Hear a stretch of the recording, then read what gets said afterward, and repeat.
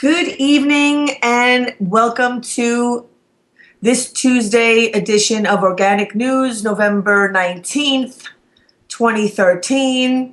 I'm home in New York. Last week I did the show from Ohio, going through a bit of a stressful time with an injured family member. And so now I'm back. There's a lot to talk about. There is so much going on in the world, so many lessons to be learned. It's extremely difficult sometimes being trying to be aware is not easy. Trying to live in a conscious state, just questioning things, living, just using your body's full capabilities is like a crime in this society. I've felt all my life, how dare you want to be, smart? How dare you want to live a good life? Like you're a criminal if you think you're smart, if you want to live to your full potential. I just wanted to kind of share briefly about, spending a lot of time with my brother and his rehab just put me in touch. And I might have shared this last week, I've felt my whole life that I was in rehab, trying to rehabilitate myself from the program, from the conditioning that I've been, experiencing since day one, and, trying to live to my fullest, trying to use, everything that I have and not to feel like I'm some kind of a criminal if I want to just exist and express, my thoughts, beliefs, and feelings. So it's, there's a lot that we're not using. We're not using our full capabilities already. Most people are not. And you don't have to have a spinal cord injury to need rehabilitation. I hear a lot of people talk about politics, money, the Fed, things like that, but not a lot of people are speaking about like the things that I like to speak about, right in front of your face. You have to deal with things right in front of your face. The people that are right in front of you, you have to build the world in the here and now. It can't always be, out there.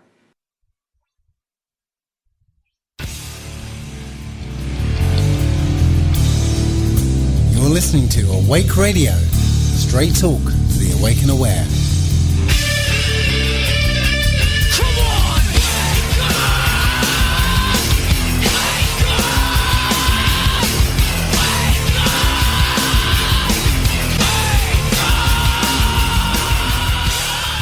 Okay, we are back. Okay, yes, apologies for the technical difficulties. It just happens sometimes at the last minute. I have the next guest who's going to be coming up is Darcia. Sorry, I'm just bringing up her article now. Darcia Narvaez, a Notre Dame professor of psychology who specializes in moral development in children and how early life experiences can influence brain development. So with that, we will take a break and come back in a few minutes. Thank you for tuning in.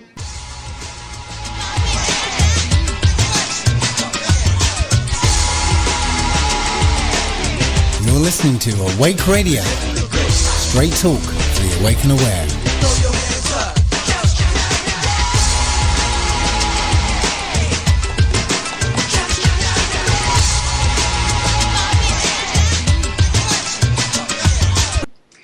Okay, we are back, and no more technical difficulties. We have Darcia Narvaez, the Notre Dame professor of psychology who specializes in moral development in children and how early life experience can influence brain development. And the title of the article is called Modern Parenting May Hinder Brain Development, Research Shows. So thank you for being able to be on. This is my favorite subject, as I was telling you before. It's not always easy to face things. There's a tendency I notice in our society. People really want to dismiss. I've seen it. A lot of people, they just want to dismiss things even after it gets glaringly obvious, and it's that that frog in the boiling water syndrome that a lot of people live with. So how did you get into talking about, and what are the modern parenting behaviors that hinder brain development? Well, for a long time, people, or in general still, I think people think that morality is about reasoning and controlling yourself, having a good will that's trained by your parents. But actually, I started reading more widely, being unhappy with that kind of interpretation, and found that what really matters is the kind of environment that you learn and develop in. Exactly. And especially in early life, when the brain is only 25% developed at birth and has a lot of growing to do, especially in those first 3 years.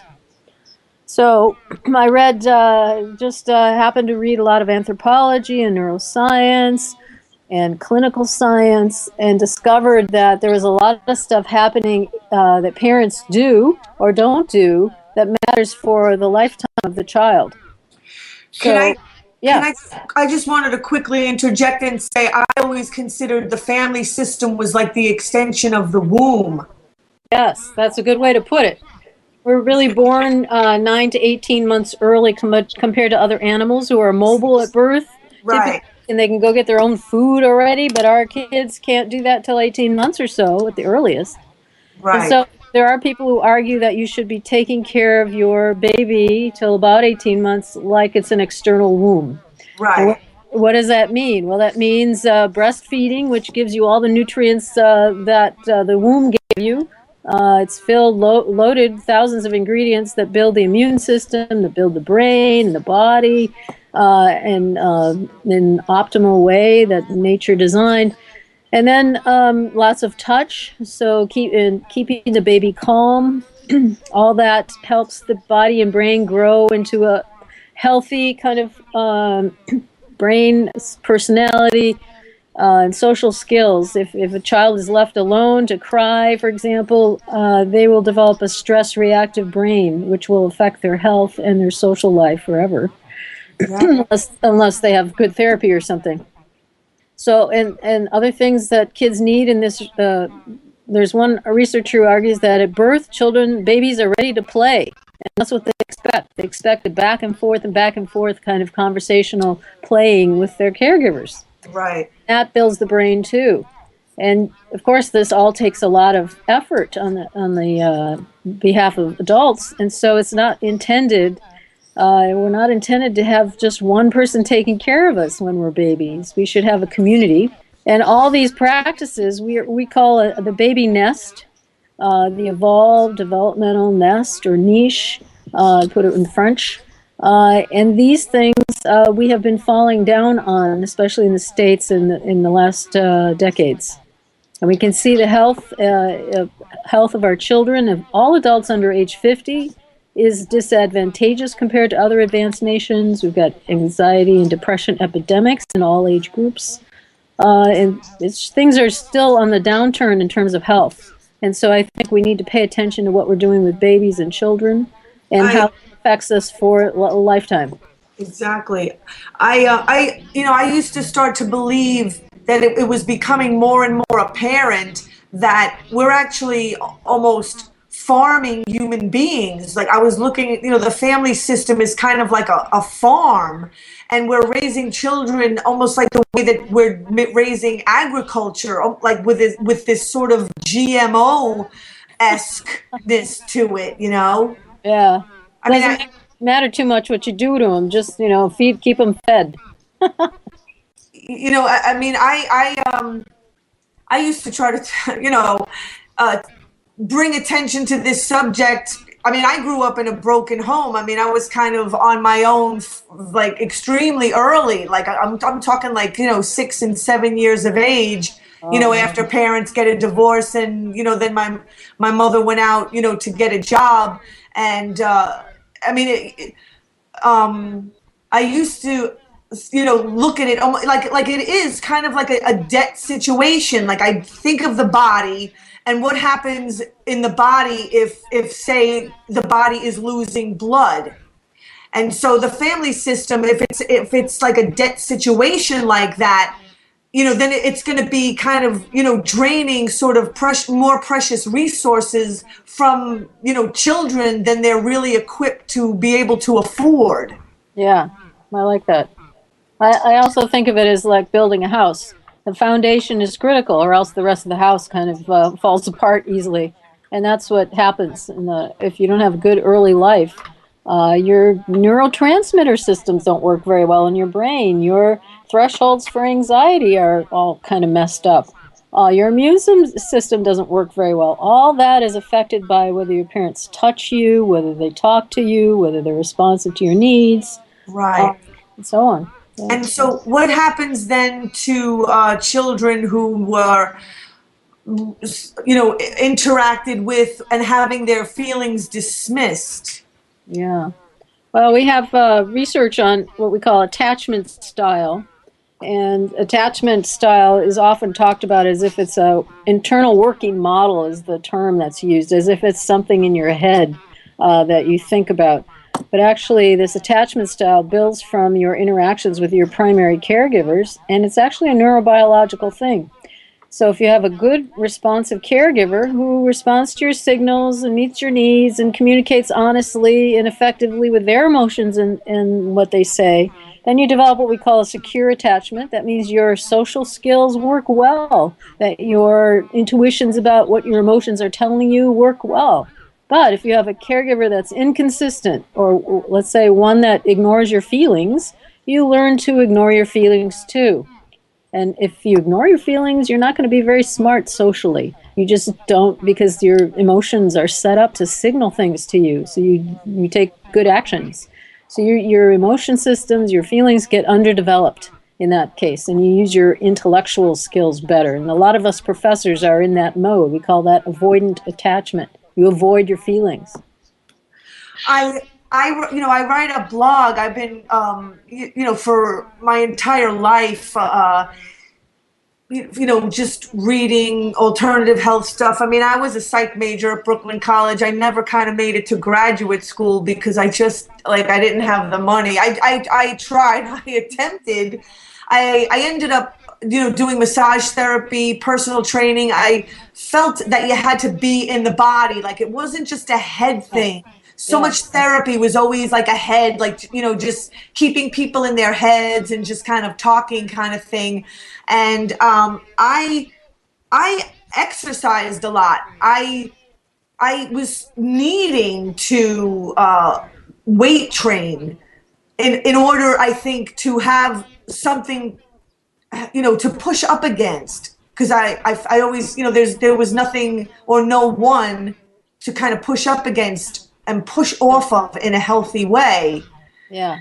And I thought that, lifting weights and weight training was a really good way to kind of help, to maybe, I'm sorry, I just lost the word. To be a good replacement for that. Yeah, other things you can do if that's happened to you is get into music and dance. Right. Or playing, just wrestling with other people in a safe way.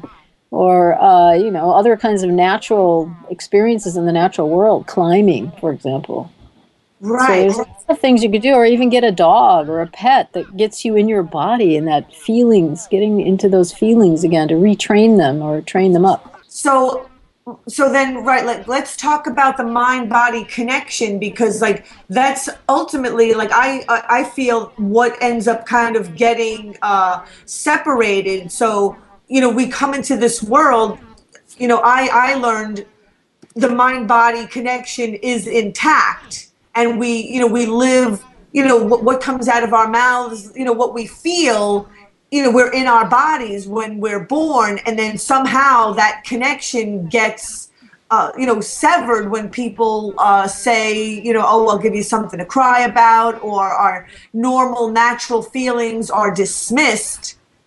Then we start to use our own minds to distrust and get separated from, like, our own bodies and our natural feelings and needs. We actually start to look at as the enemy. Yeah, you detach from them. Yeah.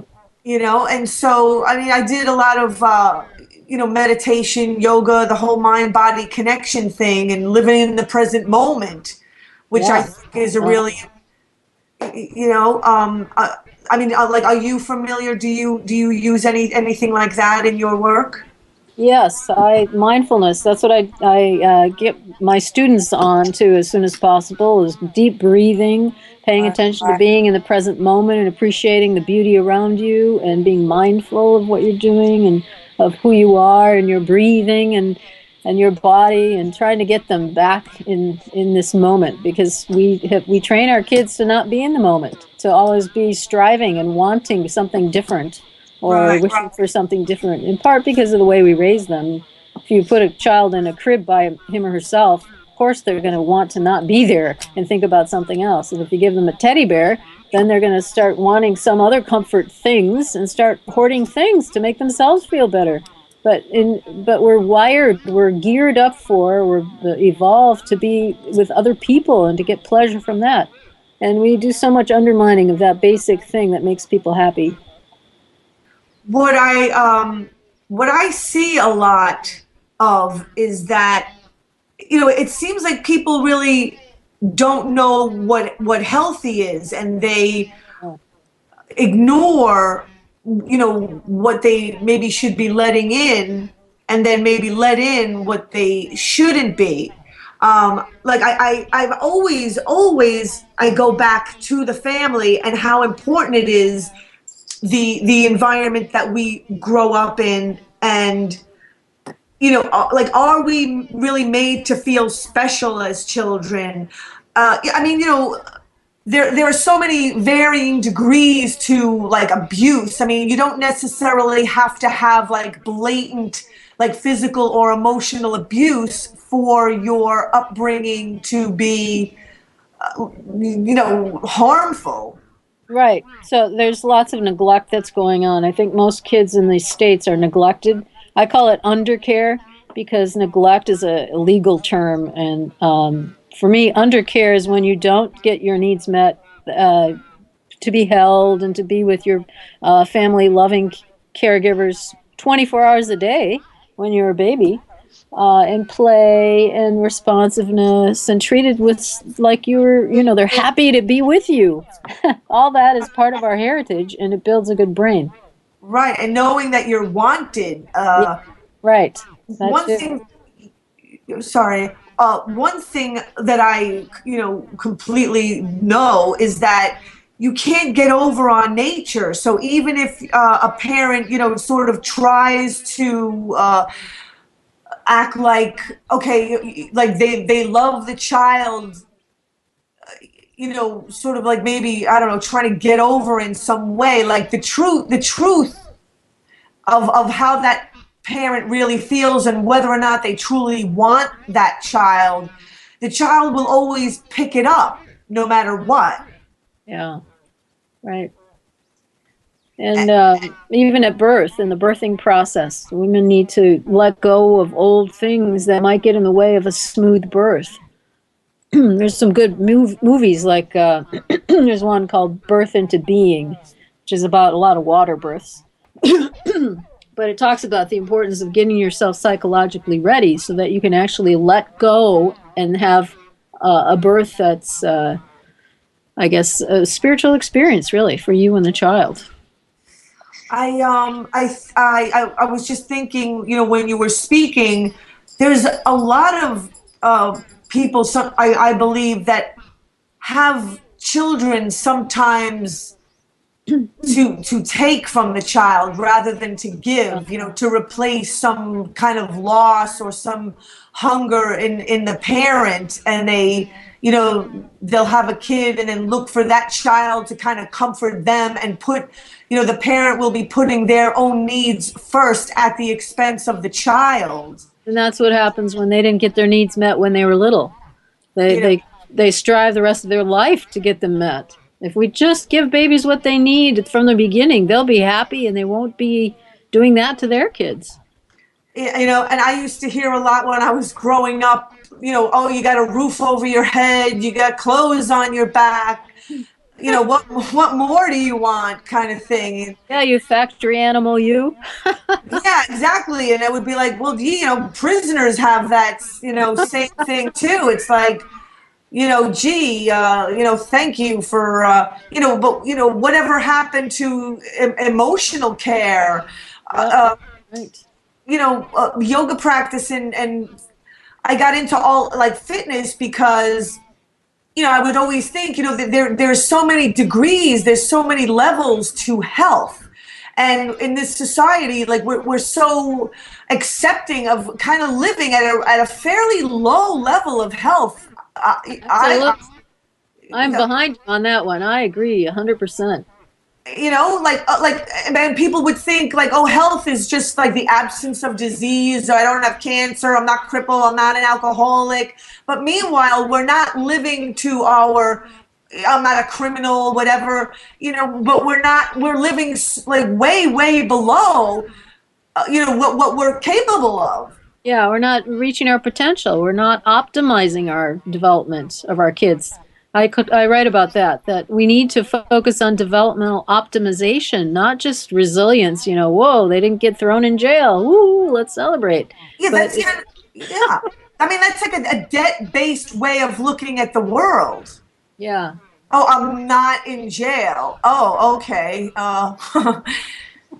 I mean, that, I think sometimes that's the reason why we have poor people around, why we keep the starving people around, so we could look at them and say, oh, gee, well, I'm not that bad. I swear to God, they exist to serve that purpose. Yeah, and, I hesitate to kind of, bring this up, what I was bringing up, before we went on the air about, but it's such a serious issue. I really feel like I have to bring it up about, my family member who had an injury. They had some, pain and some signs and symptoms for, at least a month that went kind of, taken care of. And now they have a spinal cord injury. Yeah. And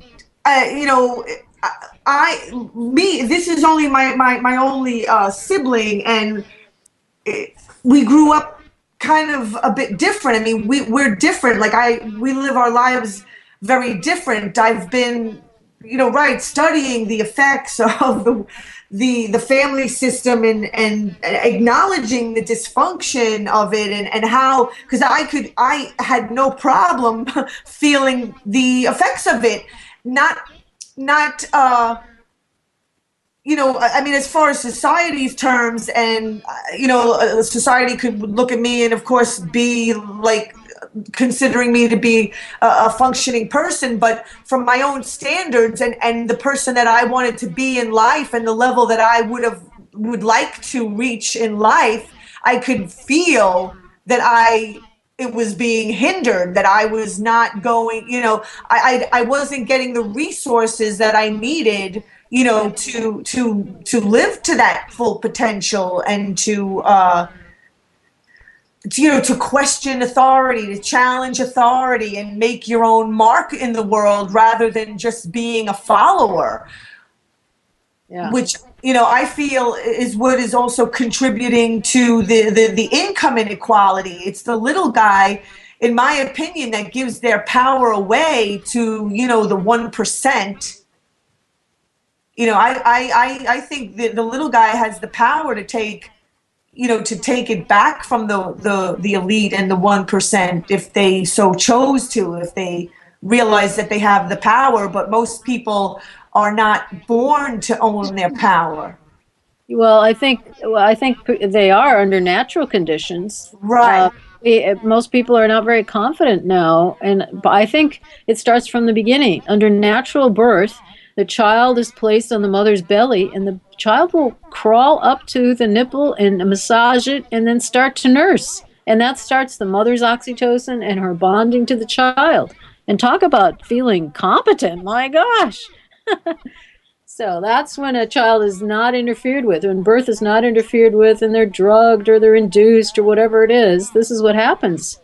And that, and then breastfeeding too. You have to really work at that, and you learn how to do that. It's quite an accomplishment for a baby to learn. But bottle feeding, the milk just pours down your throat. There's nothing to do. And then you're forced into having too much because you have just a tiny, teeny stomach when you're little. But the bottles don't pay attention to that. And in the clip of the Money and Medicine documentary that I was playing earlier, they were getting into the C-section and how the number of C-sections that they do in the world. I mean, I've heard this before. I was aware of it. It's more for the convenience of the doctor to just do a C-section on a mother rather than just letting the child be born, naturally like it's supposed to. Like what would you say would be maybe some effects of that? Like would that just a C-section as opposed to a regular vaginal birth be? Yeah. Well, the studies I know are going through the vaginal canal jump starts the immune system. For other animals, lick their babies after they're born, and that lick all the placenta off.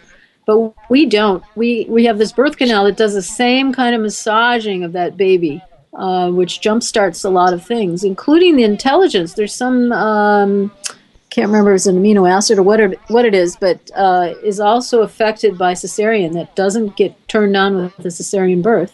Immune system is affected, your intelligence is affected, the mother's bonding to the baby is affected. They've done studies where they put her in an fMRI and play baby cries to her, and there's less response of the mother's brain if the baby was born through a C-section.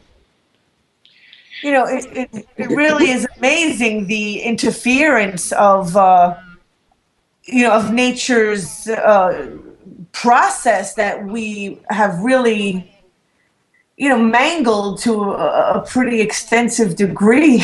It's unfortunate. In my blog is titled, Nature Dictates to Us, Not the Other Way Around, because, what I've learned through, exercise and the practice of yoga, which I think is a really invaluable practice because it teaches us to accept reality and accept what is, and let nature and physics show us, so that we and align ourselves that way, so that we're not using the sort of mental buildup to dictate to the world. I mean, I feel like people really live life through this dirty screen that they haven't washed in 40 years, and and it's really clouded, and as time goes by, because they got started off in life with I'll give you something to cry about, or you can't feel your valid, legitimate anger, and you can't have your normal, healthy sexuality, and so we taught to go through life holding our breath, contorting what we feel, not allowing our natural emotions to flow. Mm-hmm. Yeah, betraying yourself from the beginning then, and you never really are yourself. If you're forced into betraying yourself, you're coerced to do anything. Erich Fromm talked about this in the 60s. He was really against, it's the path towards evil. I forget the term he uses, but that's how he sees it. There's like lately, a lot of people are talking about the Benjamin Franklin quote that says, if you trade your security for freedom, you get neither. Which, is the what monetary, the political version of, never give up yourself. You can't lose yourself. But the thing is, with when it's our own parents that are helping us to disconnect from ourselves rather than strengthening the connection to ourselves, and we're already pretty separated, and we never even get a chance to. I call it, making deposits, like no one is making deposits really in our direction. And so we never really are able to accrue enough of ourselves, enough of our kind of inner musculature of who we naturally are. And, you could think of it as like the fat to muscle ratio kind of thing. We never really get to build the muscle of who we authentically are. Go ahead. Yeah, no, I agree with you. And part of the early nest, the baby nest, is to develop a lot of things that we need to be human. So we're born at birth, we have almost pretty much intact our survival systems. So the rage system, the fear system, the fight or flight stuff, if you feel threatened, you start raging first and you try to run away, or you then go into this fainting mode just to survive. And those kinds of things are pretty intact. They get conditioned by early life. But what the nest, the parenting nest, the caregiver nest, primal parenting provides is the development of the pro-social emotions, the caring, the playing. You have to have a lot of practice with that for those to develop. And then the executive functions in the front part of the brain, the prefrontal cortex, those parts of the brain have to develop linkages to control those survival systems. And that's in the first 3 years of life. Those things are going on. And if you don't get the good care at that time, what happens is those linkages are not very strong. And so when you get stressed, it takes over your mind and you can't think very well and you can't control it. And you get very stress reactive. You lose your temper, you get panicked, and you withdraw or you rage. And so what we're having now is, I think that's what's happening to adults now. They either go into this withdrawal mode, even as parents, if their kids start talking back to them, they don't know what to do, they just withdraw. Or we have the ragers, the people that we see on the streets that are, beating other people up, the bullying. So that's what you're left with. You're left with these kind of survival systems in charge. And then if your intellect gets developed, then you have that an ability to get like high IQ scores. But you don't have a heart. You're missing the central part of being human, which is this heart understanding, this clarity that you're talking about, clarity of mind. The wisdom traditions call it the heart, the perception of the heart, which has to be cleared. Pure in heart means those who can see clearly and well what's really happening. Yeah, I mean, the people working on Wall Street definitely could use a little bit more heart,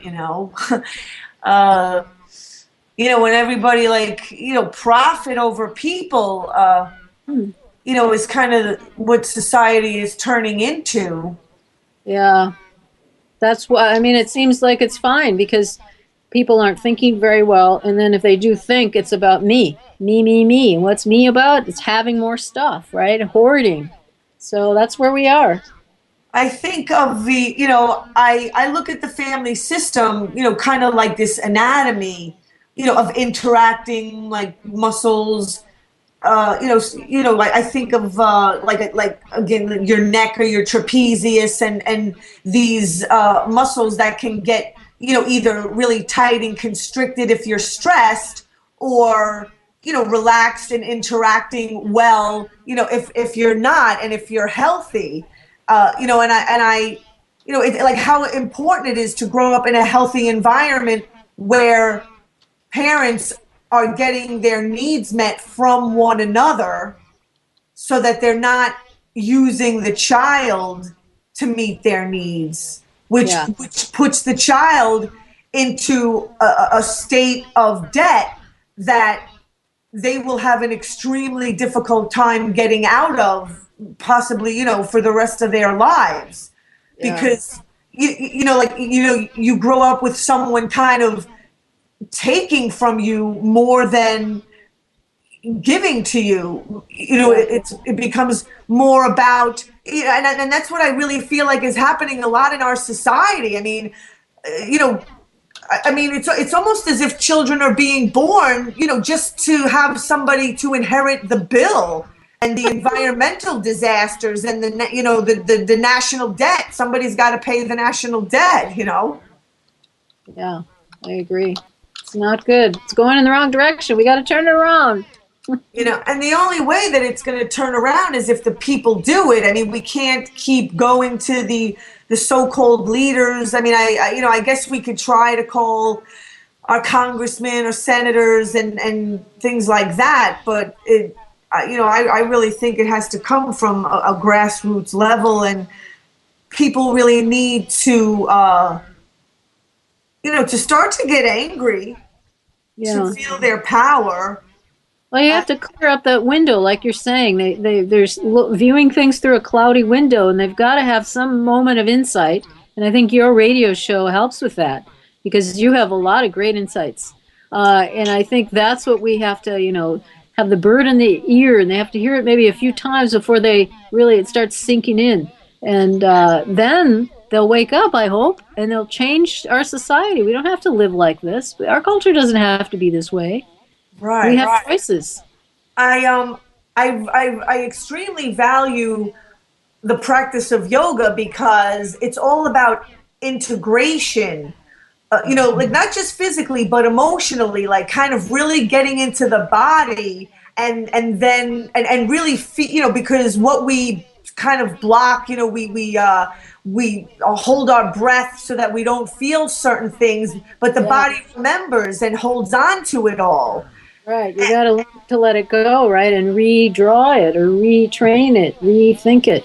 Right, integrating all of your parts. Like I think about emotions, again, just like the anatomy and being toned, and so all of our emotions, just like our muscles, are balanced. Like so we have access to our anger when we need it. We have access to our joy, our love, our fear. And then we're able to be present. One thing that is I think people are so afraid to feel. Yeah. Because they're going to get so carried away. I mean, it happens to me too. And that, like if we, my whole life I was afraid of my anger. I was, oh my God, like if you're not going to be able to control it. Like once you start feeling your anger or your sexuality or whatever, people lose their presence with their own emotions, and then their emotions are running them rather than them being kind of, in the driver's seat of their own emotions. Right, that's that early experience I was mentioning, that if you don't have those controls, the executive controls of those runaway feelings, that's going to affect you the rest of your life. So you want to have the good care so those develop well. And what happens with a good relationship with your parents is you realize that some things, you have miscommunication sometimes, or you feel upset sometimes, but then things turn around. And you have experience of turning those around, of reconnecting to your parents and succeeding at it. And that builds all these kind of implicit, tacit knowledge systems about how to get along with others. If you don't have that rich social experience, then when something goes wrong later, you panic and you're so afraid because you haven't had enough experiences of success. Right. One thing that I find extremely important, again, I'm just thinking, kind of globally, and it seems like once people have the position of authority, it's kind of this attitude of, I have the authority, I have the power, I have the position, and as long as I have that position of power, I can do whatever I want. Yeah, that's the And reptile brain there. That's the reptilian brain. We're born with that. The up, one down. That's pre-human stuff. It's not the way humans evolved. They right, evolved, yeah, and so and so authority then becomes not a true authority, not a true leader, not a true person that is there to raise and elevate those, I don't want to say under them, but in a lower ranking position than they are. The person in the power position becomes one of an abusive power. right. And So, yeah, lording it over because that's actually they don't know what else to do, really. It's like kindergarten boys. They just boss each other around, unlike the girls who have skills, to cooperate. But that's what they found with kindergarten boys haven't developed those skills yet. It takes practice. yeah, I mean, health is not exactly a priority. I mean, I always considered emotional health like like much more significant than even your physical health, only because if you're not emotionally healthy, you can't be physically healthy. Yeah, right. It's integrated, like you said. You know, and feeling what you feel, like having it be met with validity and being considered and by your parents when you're growing up, rather than brushed to the side or dismissed, and you're made to feel like you don't know what you're talking about. Right. Again, it creates a human being who's very skewed, and then you learn that your normal natural feelings are wrong or bad or in some way, like you're asking for too much, just by the sheer fact that you just want to exist Yeah. in your full capacity. Yeah. It's really sad. Mm. And this is like how I believe that the little guy then ends up doing that to themselves for the rest of their life. And that's how the 1% end up, because I can't even, I sometimes try to imagine what it's like to be, I don't know, JP Morgan and how he grew up, or the Rothschilds, and not to say that they were really raised all that emotionally healthy, Yeah. but I mean, like the attitude of entitlement that they must learn, maybe even to like a pathological degree, and we're kind of like the mirror opposite of them. Yeah.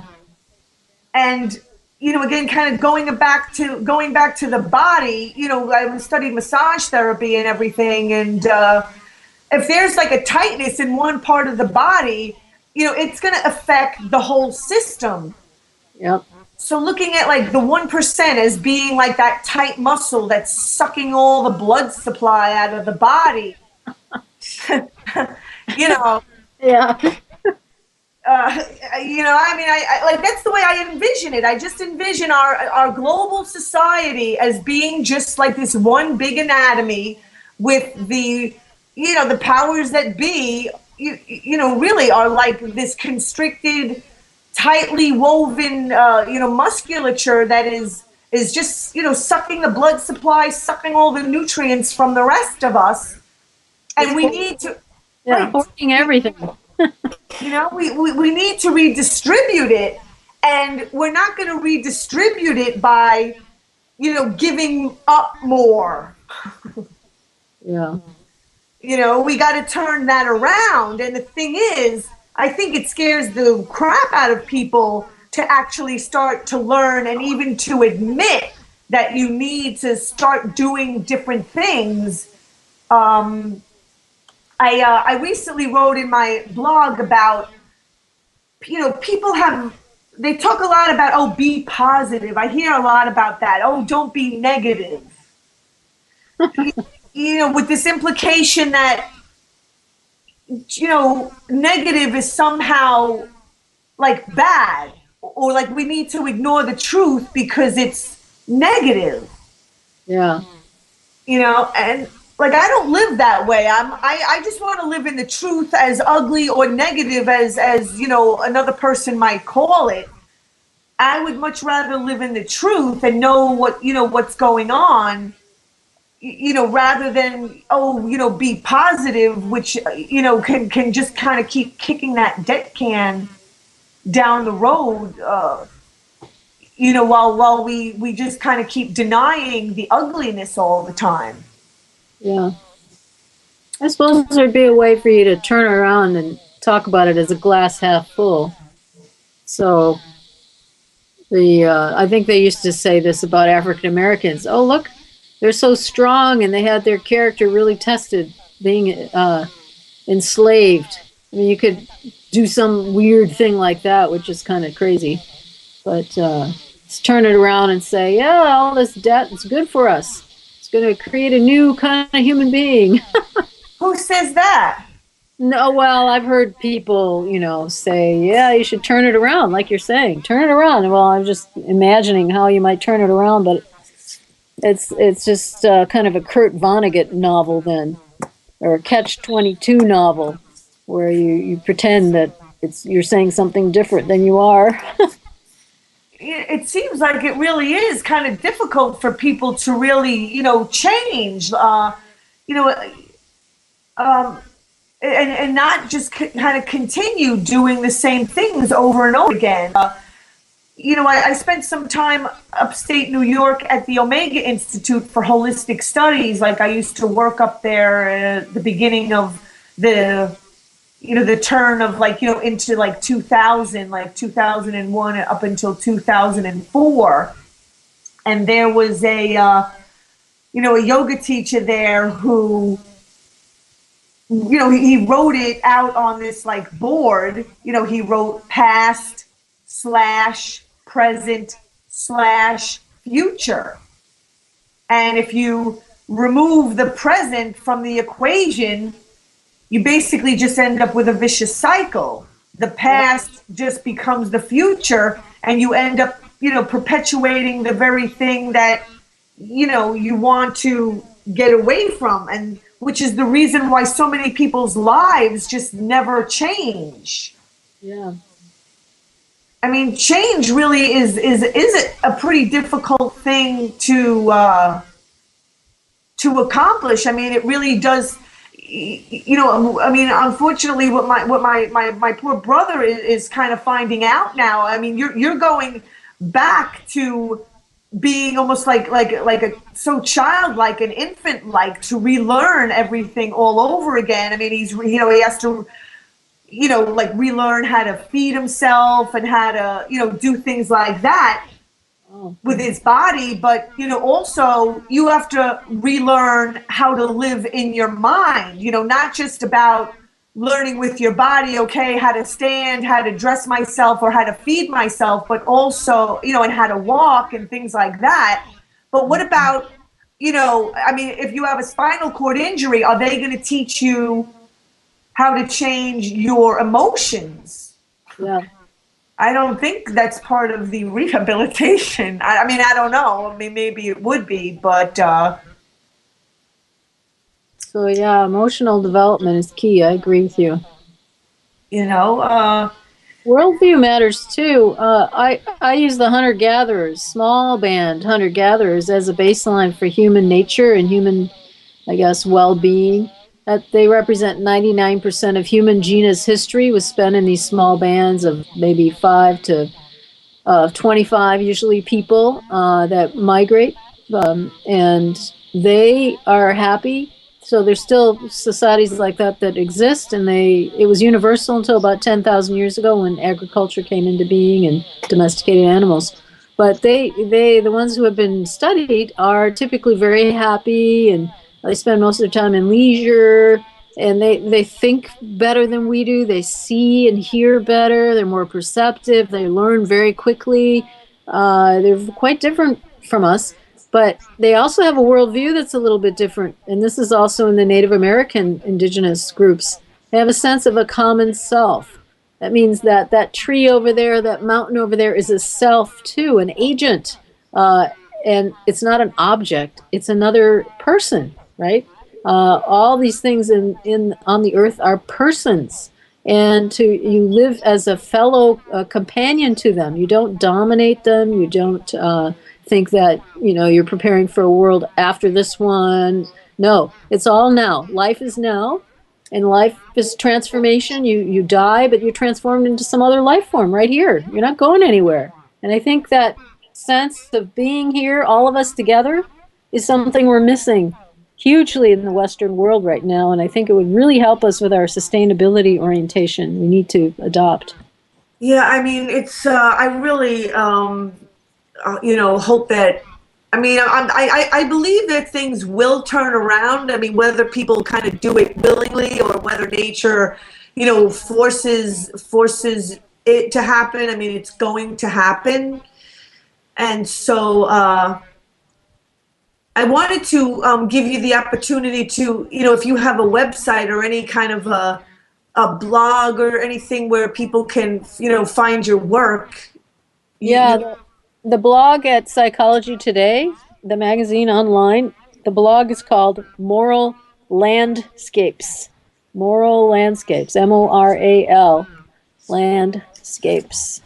And I'm at the University of Notre Dame. If you Google, I don't know, if you Google maybe DARCIA, my first name, Darcia, and Notre Dame, you probably find my website.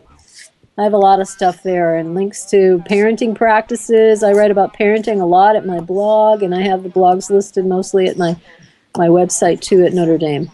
I thank you very much for being able to be on, and I would love to hear from you. I mean, you're on my Skype now, so maybe I could. Actually, I don't think I added you on my Skype. Paula did, but I will send you a Skype request, and I'd like to keep in touch. Sounds good, Catherine. Is that what I should call you, Catherine? Sure. Yeah, that's fine. Okay. Thanks so much. Thank you. Good evening. And keep up the great work. You too. Bye. Okay, take care. You too. So, Darcia Narvaez, again of Notre Dame, professor of psychology.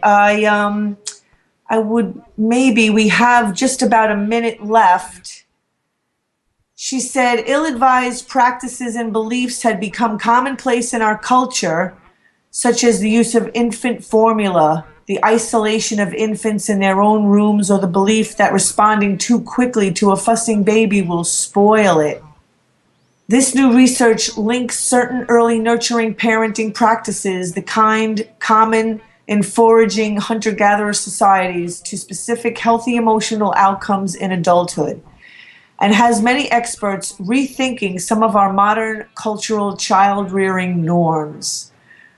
Well, the bottom line, I mean, parents actually have to be there. I mean, if both parents work and, you're not even really there, and so many kids are even raised, we didn't even kind of touch on that. I just sort of thought about it just now, children being brought up in daycare while both parents are working, or brought up by some, I don't know, babysitter or even a grandparent or something, which the grandparent is better than a babysitter. But, there's so many things we need to rethink, and there's nothing wrong with admitting that we need to change. It's the perpetuation of doing the wrong thing, that keeps everything going in the wrong direction. So don't be afraid to look at yourself and admit that you're screwing up, acknowledging things, don't deny, don't keep, perpetuating the vicious cycle.